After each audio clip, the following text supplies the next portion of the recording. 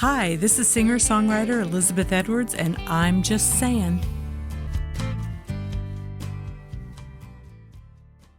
Okay, let's get this party started. Happy September. It's National Recovery Month. So what I want to talk about today is living through and staying sober through clean, sober, abstinent, whatever your form of recovery is, during challenging times.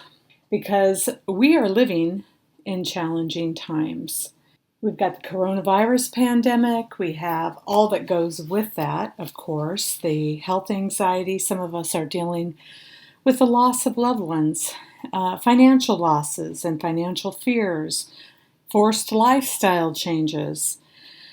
There's so much going on with that, and just differences of opinions about what we should be doing about the coronavirus. Oh my gosh.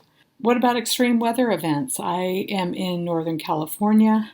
We are currently experiencing extreme fires, and I was born and raised up in the Sierra Nevadas, and so I know a lot of people who have lost property, lost homes. Oh my gosh, so much to feel for there. And I pray for those folks every day.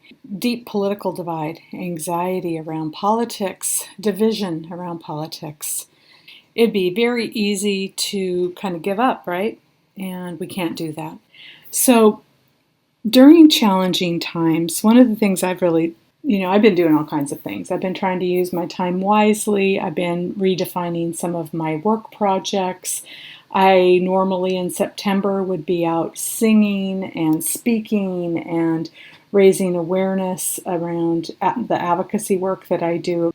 But my time, is different now. I've had to find ways, like all of you, to do what's important to me, to do what I need to do to make my living, to do what I can do to be of service to other people. We've all had to become more creative. So to me, there is a silver lining in all of this.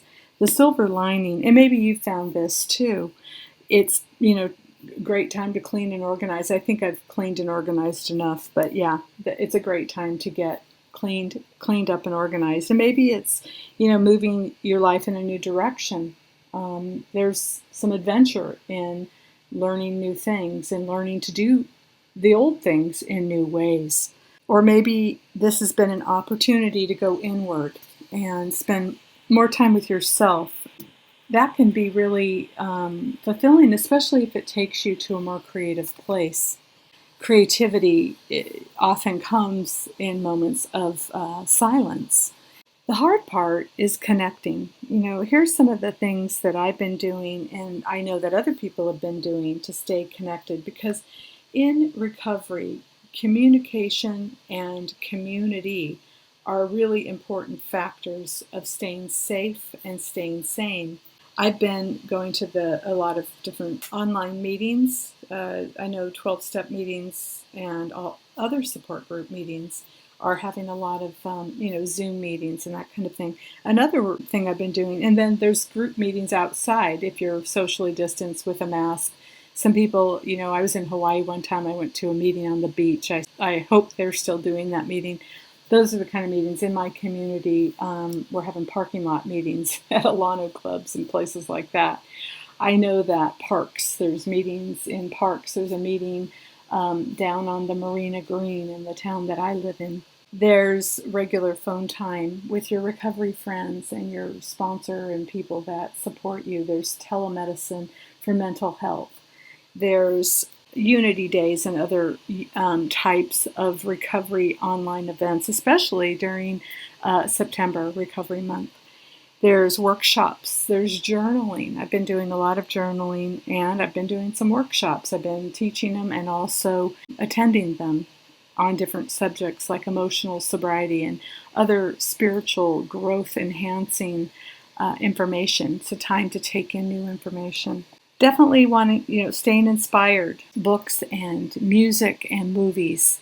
that make you feel good. Staying busy and productive at a time when it's easy to focus on how it used to be instead of how it is.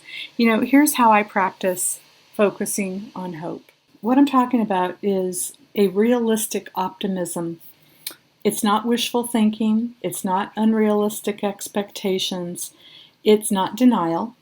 It is hope based on reality.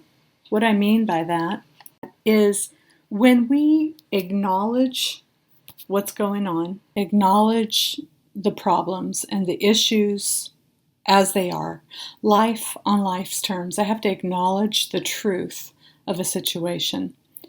And I have to remember that it's not what happens to me, it's what do I do with it that determines the ultimate outcome, right?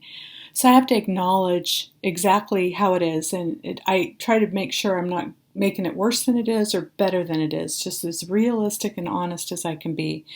Once I've done that, then I can ask myself some questions. Here's some of the questions I ask to get myself thinking in the right direction. What can I feel hopeful about right now? What could I feel hopeful about? What gives me reason for hope? What gives me reason for that hope? What can I do to increase the chances of a positive outcome? And how can I stay focused and productive toward that end? I think those are great questions. I'm sure we could come up with more. If you have some great questions, I always love to hear from people.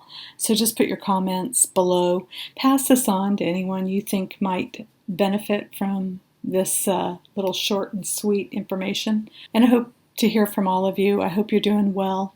I send you only the best. Thank you for listening today. I hope this has been helpful to you in meaningful ways. I'm singer-songwriter Elizabeth Edwards, and I'm just saying.